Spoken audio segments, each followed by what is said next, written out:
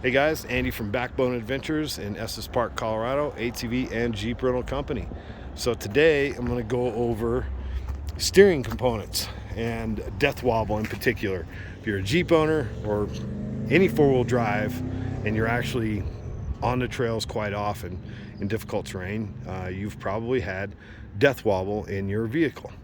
And death wobble, as you're going down the road and your steering wheel starts shaking like that and going crazy. I'm going to show you how to pinpoint exactly what that is. People get confused about it sometimes. Well, I'm gonna tell you where to start. So I'm gonna crawl into this Jeep. I'm gonna show you because we deal with a lot of death wobble. Been doing this for many, many years, and we see a lot of death wobble.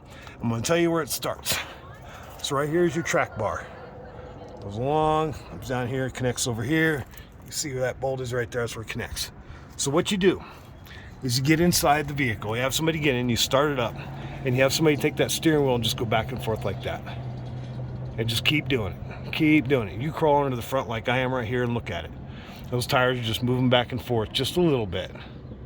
Getting all this stuff to actuate. The first place you want to look is going to be that track bar right there.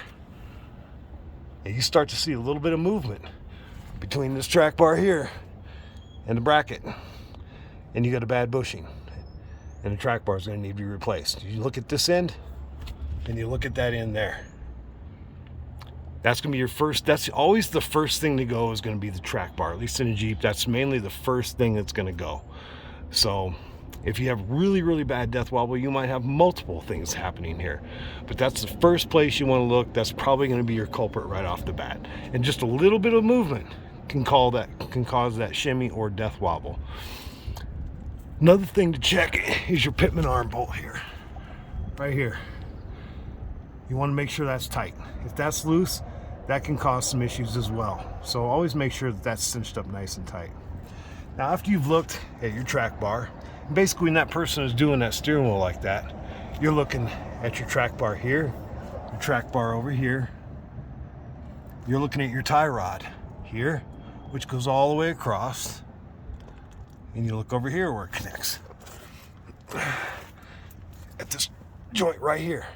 If you see a little bit of wobble in there, you got a bad tie rod. Now, this has a separate tie rod end on it. Okay, so if that end is bad, all you need to replace is this tie rod. But if this end is bad, it's the whole bar, minus this piece. So you can get these parts from your Jeep dealer.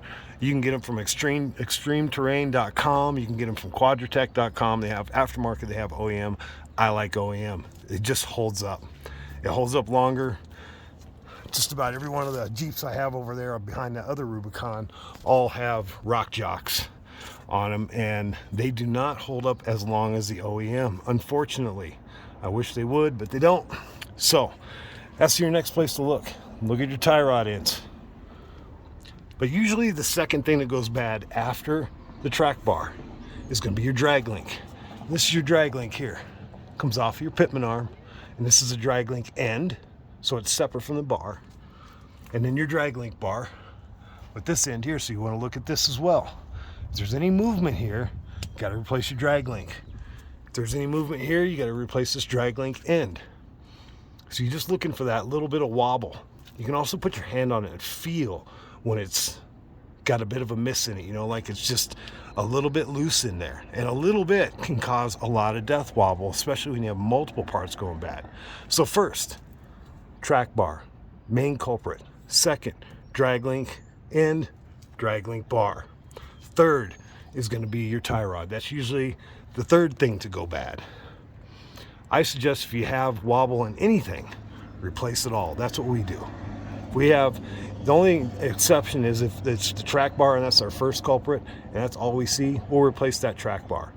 But then later, if we're dealing with some sort of shimmy or death wobble and it's a drag link end, drag link, or tie rod, even if others aren't wobbling, but there's only one, like say this drag link right here is wobbly, we'll replace all of it, because no sense in replacing this and then 2 months later you got wobble again, you got to replace everything.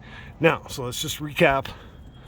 Track bar first, drag link second, tie rod third. Now we get into the more difficult stuff. If you still have death wobble, and if it's extreme death wobble, it's going to be ball joints. Those are a little bit more difficult to replace. That'll cause some pretty extreme death wobble. Here's your ball joints right here. Those are a little bit more difficult to replace. Sorry, I was pointing wrong there. Right here. So you're gonna need a fork on there. Bust those things loose. They're difficult, but that can also be one of your culprits right there. Is ball joints. And if you got to do a ball joint, you want to do all 4 ball joints to get those done. But that's usually going to be on a higher mile vehicle. So now I want to talk about one other thing here, and that's a skip in your steering wheel. Like you're driving along and you're turning, and then it goes like that, and there's nothing happening, and then it catches. That's always, always, always going to be your steering gearbox. I'm trying to get up in here so you can see it. Well, it's connected right where the pitman arm is at here. This is the gearbox here. It's bigger back here, right? That's going to be your problem. Now, recently, my daughter had that problem. She was out of town. She took it to a dealer. She has a Ram truck. Took it to a Ram dealer, and he's like, "Yeah, gearbox." At first, he goes, "Well, no, we need to replace all your tie rods and drag links and all that." She talked to me about it. I said, "No, Maddie, that's not the deal. It's not going to be what you have going on as a gearbox." So I had to call this mechanic up at the dealership and tell him, "Hey, look, it's not tie rods, it's not ball joints, it's not drag links, it's none of that. She needs a gearbox." I had to argue with this guy, and then he still wouldn't do the job unless he said, "Okay, fine, I'll replace the gearbox, but in doing so, I have to replace all the tie rods and drag links." I go, "Look, that stuff is new. That's not bad. It's the gearbox." I had to fight with this guy for quite a while to get him to just do the gearbox. Then I had to basically agree not to do a warranty situation if he didn't fix it. He was a jerk about it. But of course, that's all it was. It was a gearbox. But the gearbox in there, everything was perfectly fine. So again, if you're driving along and your steering wheel kind of skips, there's a gap in there.